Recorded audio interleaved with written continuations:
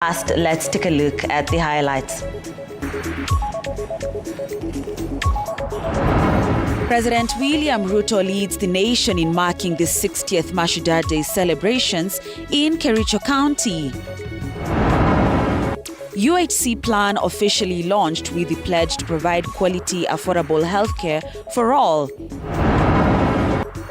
And 4 people dead, 13 injured in a stampede as Kenyans scrambled to access the venue of the Mashujaa Day celebrations.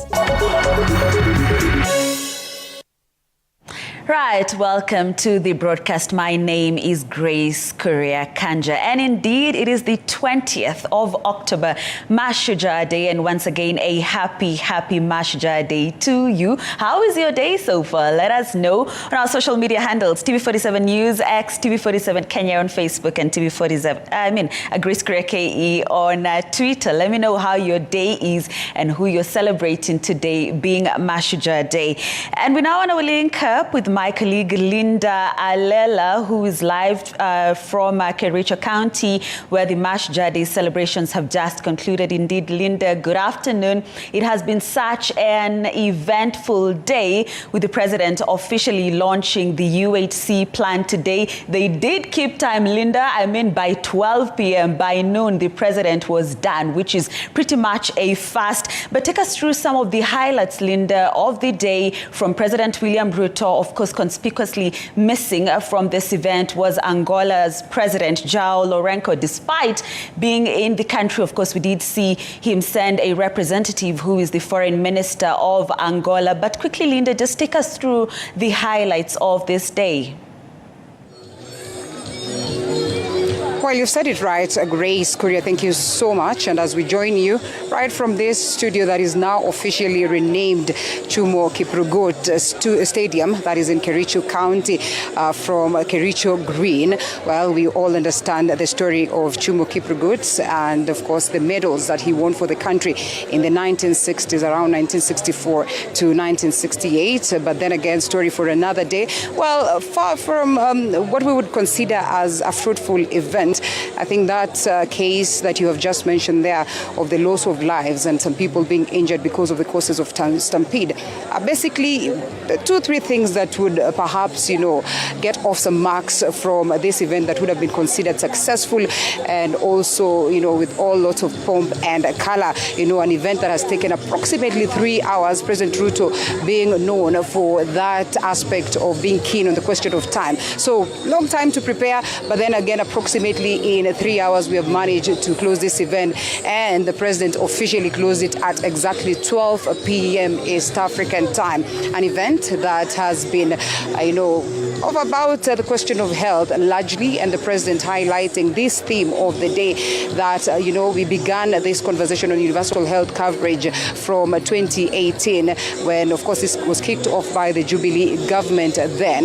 But if we're to speak about the universal health coverage, we have had the Mashujaa Conference of Universal Health Coverage right here in Kericho County beginning Monday, and it has culminated to this great event where lots of, concerns have been raised as to the question of health, but of importance, solutions accorded by the president, including that assurance by the president to the people of Kenya that no one is going to be left out when it comes to the question of health, that every Kenyan will march into any facility, level 1, level 2, level 3, level 4, level 5, and they are capable of accessing health care. That has been the highlight of this great day, and Kenyans are eagerly waiting to see whether this, promises that have been accorded by the president then certainly will be the same. Of course, being allowed that chance to man the activities at the level of the dispensary. The president says that it should be about me and you, hence also the theme or the hashtag of the event, Hafya Nyumbani. So it's been an event that is full of color and basically that, and so we are eagerly waiting to see, even as the people are out here, still waiting. It is not over for them just yet, because later on in the day there's going to be a match between Zoo FC, wanawaita vijana wa nyumbani, and of course AFC Leopards, who will also be flying in to have this friendly match with the people of Kericho. And later on in the night, they say it's going to be, an event as well at this place. The governor, actually told them that it was going to be an event of a whole 1 week just to celebrate the fact that Mashujaa Day managed to come to this very end. So basically, you are going to get more updates in in relation to what the event was all about, more on what it is that the universal health coverage, mode is set to actually get in the country. But as from now, I think it's just about checking around and seeing what is left of the day, even as we continue to celebrate at this very moment. So Grace, I am sure there's more that we're actually preparing for the viewer that we're going to give them in our subsequent bulletin, that is at 4 p.m. as well as 7 p.m. and 9 p.m. Of course, with my colleagues right here, Moige Sheila and Joash Onsari. From this very end, there's really nothing much else to report apart from the fact that, yes, finally, the long-awaited day is gone, and now Kenyans are back to system as we await to see what the long weekend has in store, and of importance, what then on the health sector moving forward. Right, and Linda, before I let you go, I want us to talk about the people. Like you mentioned, Linda, the people of Kericho County. I want to know what are some, all right, we have lost Linda there, but like she said, we shall have her and the rest of the team, Sheila, Moige, and of course, Joash Onsare in our subsequent bulletins, that is at 7 p.m. and 9 p.m. Let's move on, and President William Ruto has officially launched the Universal Health Coverage Plan, whose implementation will be streamlined by the 4 health laws, including the Social Health Insurance Act, the Primary Health Care Act, Digital Health and Facility Improvement Financing Act, which was signed to law on Thursday this week, that is yesterday. Now, the 100,000 community health promoters have been identified as focal persons to spearhead delivery of health services at the community level to ensure access to quality and affordable health care by all Kenyans without facing financial hardships. The Constitution guarantees Kenyans the right to the highest standards of health. Since independence, successive governments have made efforts in guaranteeing access to quality and affordable health care for Kenyans, but with limited success. There have been several attempts and efforts to achieve universal health coverage. One in 2003, in 2013, and in 2018. However, these efforts were met with little success. The government has instituted a paradigm shift to preventive and promotive health rather than where we've been at curative health. This approach also makes economic sense. Community health reports state that for every 1 shilling invested in community health, 9 shillings and 40 cents are realized in economic and social gains in our society. The work of the promoters will include basic preventive and promotive health, health education, basic first aid for the treatment of minor injuries and ailments at household level, and referral for facility-based health care.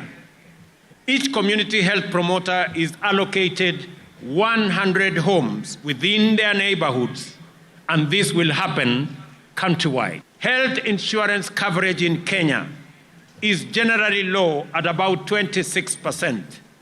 With those at the bottom of the economic pyramid having the least coverage at only 5%. Many Kenyans incur catastrophic expenditure from out-of-pocket healthcare payments, while many more do not seek care at all when they fall ill because they simply cannot afford it. Right, and still on the president, who has once again affirmed his commitment towards the construction of affordable housing project. He says housing is a revolutionary agenda that will expand the economy, create jobs for young people, and expand the manufacturing across many sectors.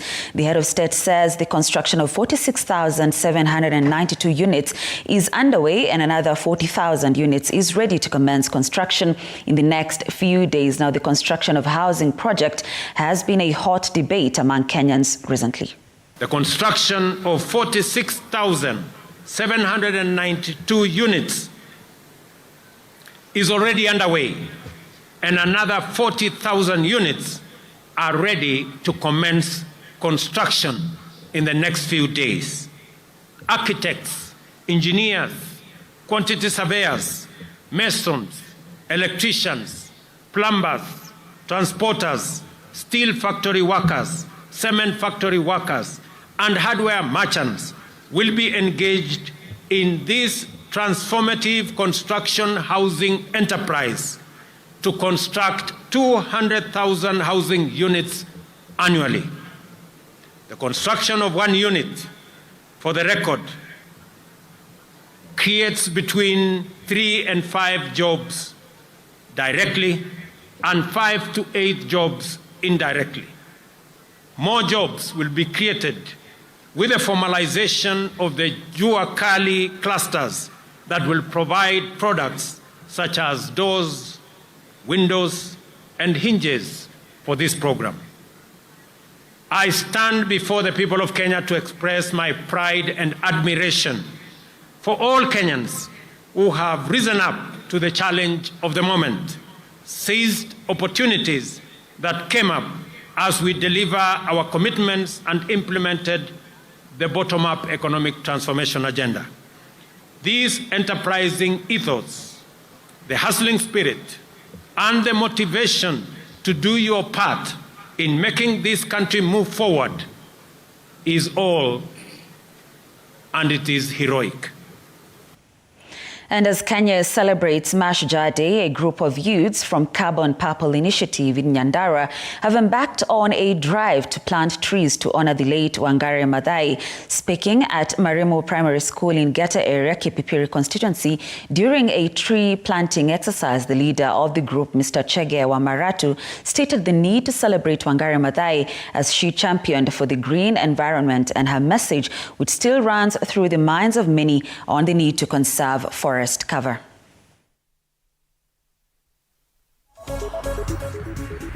Tupande miti, tukuje turudi kwa mashule zetu, we plant trees, tusaidie vijana wadogo, watoto wadogo, kuwaonyesha kwamba planting trees is important, and particularly this time tuna celebrate Wangari Maathai mwenye ni pioneer of this planting trees. Nimeleta timu yangu kutoka Nairobi wasanii, tumekuja kumotivate hawa watoto wetu na pia tuwafunze kupanda miti. Ikiwa leo ni siku ya Mashujaa Day, kwamba tunasherehekea Wangari Maathai, ndio maana umeona amevaa kitamaduni hivyo, sababu yeye ndiye alitufunza kupanda miti. May her soul rest in peace.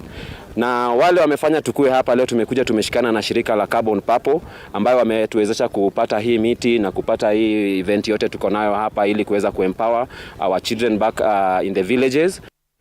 And the Kenya Power and Lighting Company is looking into partnering with counties to address specific electricity issues that will spur growth. Now, in a consultative meeting with a delegation from Tharaka Nithi County led by Governor Muthomi Njuki, KPLC Managing Director and CEO Engineer Joseph Siror said there was a huge potential for business in counties, especially in powering key installations such as markets and business centers in an effort to increase trading time. Siror called on county governments to approach the country's power distribution network with specific interest in reaching the last mile connectivity.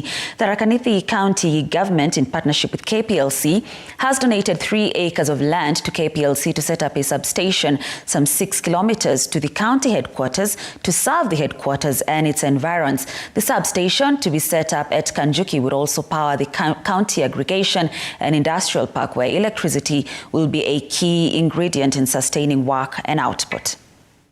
Very good, engageful conversations around how we can partner to deliver last mile, to ensure that transformers that have not been working for some years, which may be lost between conversations with the Ministry of Energy, Kenya Power, REREC, and the counties, are working, because when that happens, the people who suffer as wananchi who uses the energy, and we have left here with a solution that is possible to partner on 50-50 basis to be able to deliver some of that infrastructure. We have discussed a very pertinent issue of the county aggregation industrial park powering, because the future of this country is aggregation, it is industry. That is where we have we have set our eyes on in terms of employment for our youth and those very many that are employed.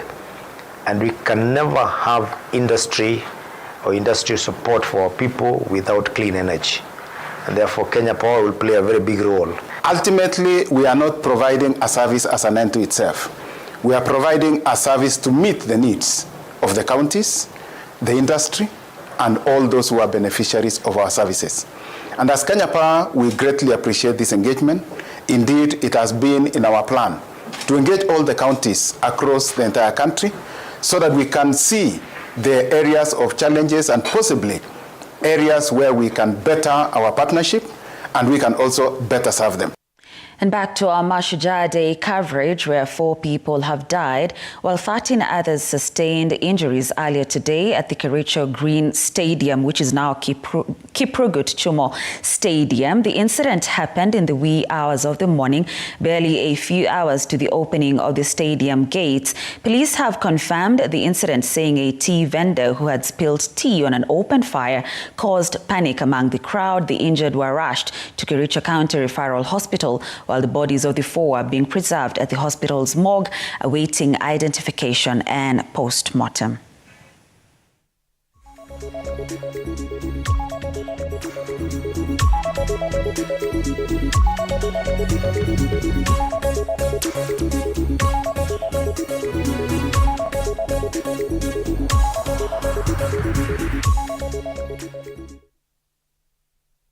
Of events there on this day, Mashujaa Day. Our condolences to those who have lost their loved ones, and we wish the 13 injured persons a speedy recovery. To Wajir County now, and a section of leaders have asked the government to look into the state of education in the county. Due to the shortage of teachers in the region, now the leaders say it will only be fair to ensure all learners across the country get the same level of preparation, especially for national examinations. The leaders who graced Rongo University graduation ceremony applauded the government for making university education accessible to many students in the country. I'm delighted that youth in this area have an opportunity to train and no longer have to travel to other regions to pursue university education. Wajir is among the counties with serious teacher shortages. These are the factors that is being attributed. Teacher shortage is one of the factors attributed to low learning outcomes in the region. So I think in the next 10 years, God willing, next 10 years, God willing, Nuria College will provide sufficient health workers and education and other skilled well workers for Wajir County.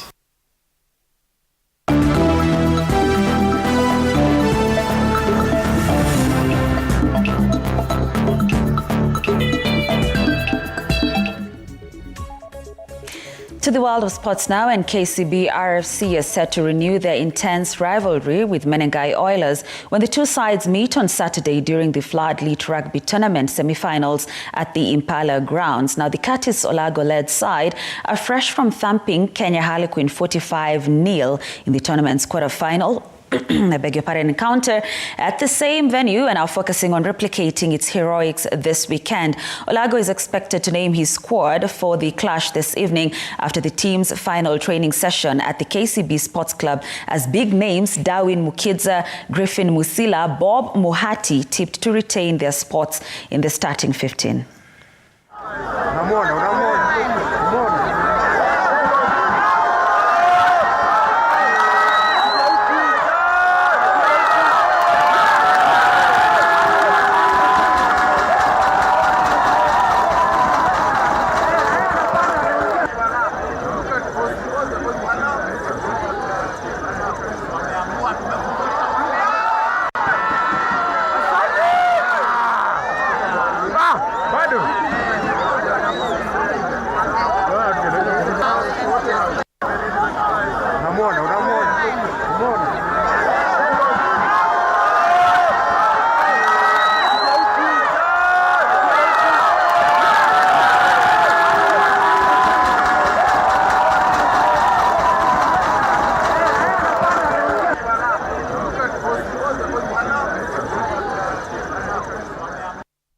And the Kenya Ports Authority began their Road to BAL Group C Division campaign on a sour note, falling 75-63 to Dynamo of Burundi at the ICT Gymnasium in Dar es Salaam, Tanzania.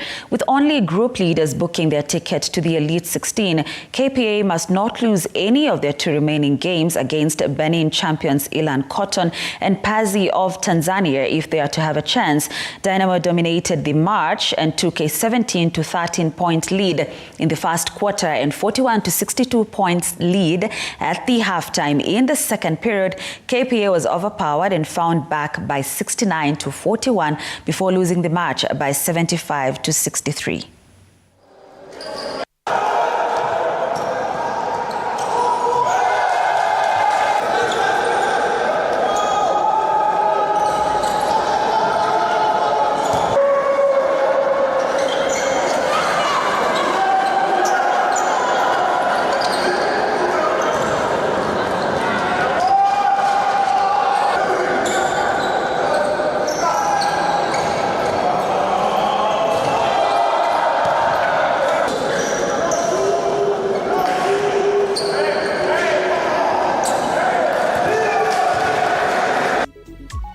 Indeed, and that's all we had for you on News Now this afternoon. We say thank you so much for your time and your company. We did ask you to tell us how you celebrated this day or what this day means to you, this Mashujaa Day. And on Facebook, I see Running Mate. Whose running mate are you?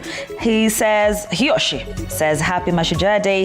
The Shujaas that came before pursued a cause to change our country. We are Shujaas in our own ways. Let's keep making our country better wherever we are. And Running Mate, I agree. Let's keep making our country better wherever we are. Thank you so much for watching. My name is Grace.